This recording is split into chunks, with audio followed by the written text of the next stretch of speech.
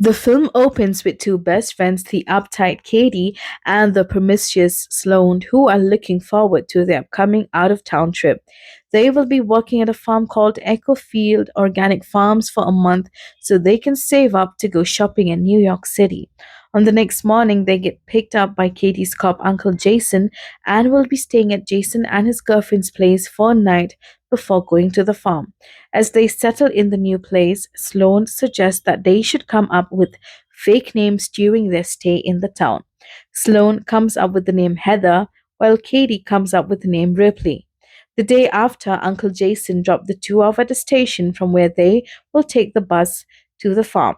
Being the protective cop uncle he is, Jason tells them that they should come up with a safe word in case they get in trouble. Jason asks Katie to send him a different code word in the alphabetical order every day. The safe words of the day are apple. After the uncle leaves, the two still have to wait for the bus, which is scheduled to arrive in approximately an hour, and they decide to wait at the cafe. They immediately catch the interest of two townsmen and end up sharing a table with them. The two women then introduce themselves with the fake names they made up the other night, while the two men introduce themselves as brothers whose names are Jed and Lucas. The brothers offer to give them a ride to their workplace, and although Katie is initially reluctant, she gives in to Sloane's side and plea. The two end up climbing into the young man's blue truck. However, things don't go as planned. Jed deliberately passes by the farm where Katie and Sloane work, which confused the two women. And at last they arrive. The two women are welcomed in by Jed and Lucas' sketchy mother, who invites them to have some tea before heading to the farm. Once they get inside, Katie receives a text from her cop uncle, and with their agreed safe words, she let him know that she's fine. Meanwhile, the two eat some pie and drink some tea, of which they probably shouldn't do, but they do it anyway. Their sight becomes blurred as it turns out there's a drugs in their drinks. The two immediately run for their lives after realizing something's off. Unfortunately, Jed and Lucas manage to knock them unconscious and carry them back inside. On the next day, Katie and Sloane are panicking and chained up in the middle of the woods. Jed walks up to them and tells them that they will now be leaving here and living here and that they are given basic amenities to survive, such as clothes, a bed, and a toilet. We move on to the next scene, where Katie and Sloane are now dressed, and Jet's boss, Boris, shows up and takes Katie's phone to check if anyone knows their whereabouts. At this point, he discovers that Katie and Sloane lied about their names as well as the code word she used in the text message. As soon as everything is back on track, Katie and Sloane are getting ready to take a bath with makeshift showers right when the town's sheriff shows up with his gun out. As it turns out, the sheriff is a piece of shit who condones human trafficking and he has come to rape one of the women. After the evil sheriff gets his fill, Sloane visits a shaken looking Katie to soothe her. On the other side of town, Uncle Jason is getting worried because the latest text he received from Katie contains the same safe word that she used yesterday. Back inside the woods, Jed and Lucas welcome another customer, scruffy guy. He then picks Sloane and brings her inside the trailer. Unsurprisingly, Scruffy Guy is a bit of a psycho. Back to the cop uncle, he finally makes a call to Sloane and Katie's place of work and learns that they never showed up for work yesterday. Convinced they are in trouble, he rushes to look for them. Meanwhile, Sloane and Katie's day is just about to get even worse because the next customer that shows up is even sketchier than before. Jed and Lucas rush to cover their heads as the next customer walks closer. Pig Mars Dude picks Sloane and takes her inside the trailer. After he leaves, it is now Katie's turn to soothe a shaken Sloane. We don't know for sure what the Pig Mars Dude did to her as Sloane appears even more traumatized than before. On the next scene, Uncle Jason reaches the sheriff's office and comes face to face with the town's perverted sheriff, who we see earlier. Here we learn that the uncle is actually not just a cop, he's actually an FBI agent. He voices his concerns and is convinced that his niece is kidnapped. To make the plot even more interesting, for some reason, the FBI uncle decides to tell the sheriff about how he knows they're in trouble because Katie did not use a new code word in the latest text message she sent. Back in the woods, obviously, the sheriff has informed the kidnappers about the fact that Katie's uncle is an FBI agent and that Katie lied to them about the safe word. Not wanting the FBI to poke around their human trafficking business, the boss Boris tells Jeff to kill them both and dump their bodies. Unbeknownst to them, Katie is eavesdropping the conversation. While this is happening, the FBI uncle decides to visit the cafe where he last dropped off Katie and Sloan. He then asks the barista what he knows. The barista remembers in clear detail what sort of truck Katie and Sloan left with. On the next day, Katie tells Sloan that the kidnappers are planning to kill them shortly before the kidnappers arrive along with Scruffy Guy.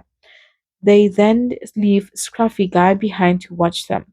Katie takes this opportunity to seduce him, and once she gets close enough, she rips his throat with her bare teeth. The two women then proceed to free themselves of their chains. Not long after, the sheriff arrives at the scene, presumably to kill them. But just as he steps out of his car, Katie and Sloan have stolen his car. The two women drive back into town and proceed to visit the hardware store to gear up. Some real shit is about to go down now.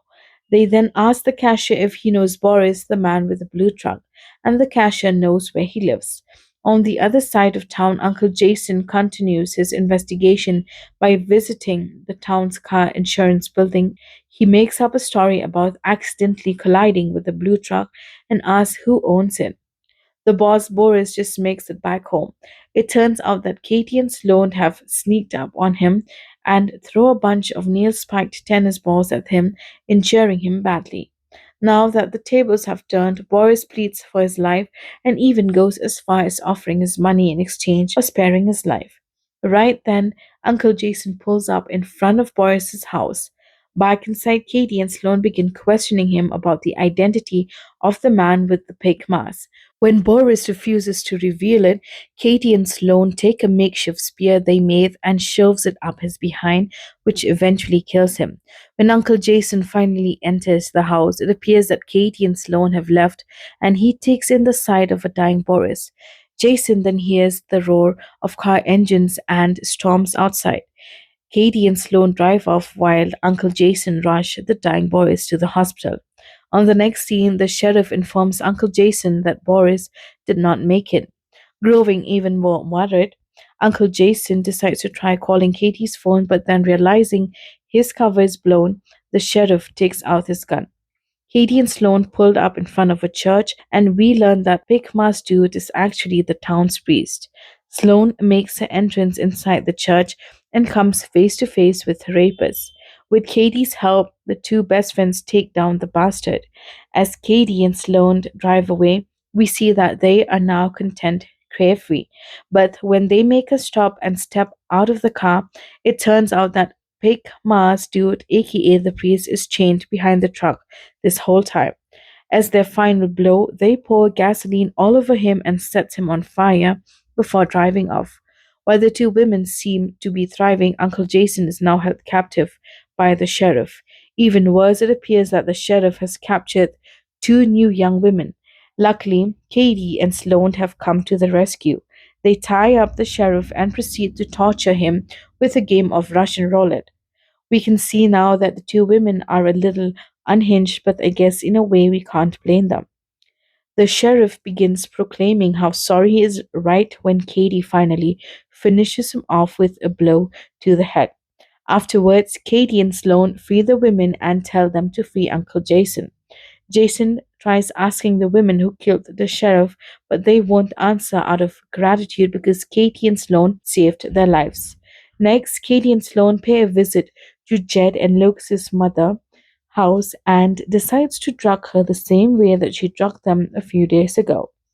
They take her to the basement where Jed is tied up and gagged. They proceed to bash his head in with baseball bats while the mother is forced to watch. Up next, they take her to Lucas, who is also tied up to a chair. However, instead of beating him to death, they untie him, hand him a bat, and threatens him to beat his own mother. When Lucas voices his unwillingness, they shoot him dead. Afterwards, the two women set up his body so that it looks like he killed himself. It is revealed that they plan to pin all the murders on him. Desperate, the mother offers them money in exchange for sparing her life. But instead of sparing her, Katie takes the lawnmower and brutally murders her with it. On the next scene, Uncle Jason pulls up at Katie's house to pick her and Sloan up. It appears that some time has passed. Katie and Sloan get dropped off at the airport and excitedly make their way to New York City. And that's how a simple summer job turned into a blood soaked fight for survival. What started as fear ended in revenge, and not everyone worked away the same.